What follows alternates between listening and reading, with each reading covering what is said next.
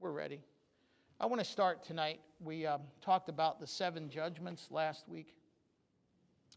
I'm going to spend some time on Wednesday nights just spending time in the Gospels, talking about Jesus, just getting into Him and His ministry. There's a lot going on right now in the world, really. I don't want to say in our country, but a lot going on in the world. And some of it has to do with a biblical worldview. Well, it all does eventually turn into a biblical worldview. But the reality of it is that a lot of it right now has to do with Israel and the future of that state or that country. And I'm just going to touch it briefly. Not right now, but at some points in the Bible studies and in the weeks ahead of what I think might be a fair analysis from a biblical perspective on what's potentially or possibly going on and what's the right perspective. I say that because last night, my wife got a text message from a very dear but old friend of ours that we ministered with years ago when we lived in Southwest Philly, and she asked about, is Israel God's chosen people? What's the history? What's the right perspective on Israel? And I got to tell you, that's a pretty loaded question, and I'm not going to give you that whole answer now, but as I said, we'll touch on it. Maybe at little points in tonight's Bible study, and then, of course, in the weeks to come. So we're in Matthew chapter 1. I'll ask you to turn there.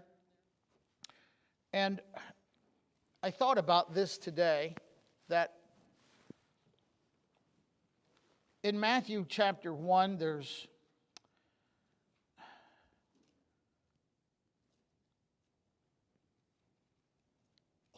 a lineage given. And this lineage is important because any king must have a lineage, a traceable lineage. And it is also true of the Lord Jesus Christ. I know I've taught what I'm about to tell you before. I'm not going to expound on it. But again, it's one of those things that you hear it said and maybe you don't notate it in your mind or in your heart. But each of the 4 Gospels is targeted to a particular group that the Lord is going to minister to and the church is going to minister to. And so the Gospel of Matthew is targeted to the nation of Israel, to the Jew. And it presents Jesus Christ first and foremost as regal. He has the right bloodline. He can trace his lineage back to David. And that's one of the precursors, the qualifications to sit on the throne. Now, you'll see in just a few moments that unfortunately, at the time of Christ's birth, the man that occupied the throne in Israel, Herod, had no lineage. He was not even a Jew. He was of the lineage of Esau, an Idumean. He was a political appointee.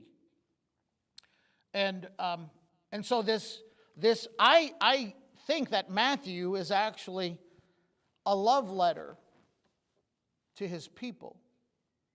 They've just had 400 years have passed where God has spoken to no man by dream or vision. No prophet has walked on the ground of the Holy Land. And it is the Holy Land. The first mention of the word holy is found in the book of Exodus when God told Moses to take the sandals off of his feet, for the ground that he walked on was holy ground. Now, that's pretty amazing that the first thing that God calls holy is dirt.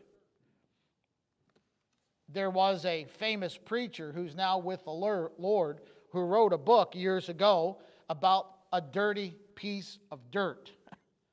And that happens to be the Holy Land. It's, for people that don't know history, I feel bad because I really, really wish people would take a greater interest in history. But for many years prior to the Balfour Declaration, the land of Israel was part of what was then called the Ottoman Empire. And believe it or not, one of the leaders, the leader of the Ottoman Empire, was willing to sell the Holy Land, Israel, back in the late early 1900s for something like $12 million. Now you might say, well, that's an extravagant amount of money. Not for a country. Today you can't buy a house in Stone Harbor for $12 million. And nobody wanted it. Nobody took it. And you'll perhaps be surprised to know that much of what you now know to be true about the Middle East is relatively new, only about 100 years old, about a century old, maybe a little bit more. The Middle East was divided by two men. One was of the British Empire, the other of the French Empire. For both of those nations did a significant amount of colonization throughout the Middle East and in the South Pacific and even in South America. And so while those two European nations were busy colonizing, the devil was working. And the devil was working to the point where he was trying to set up something where, he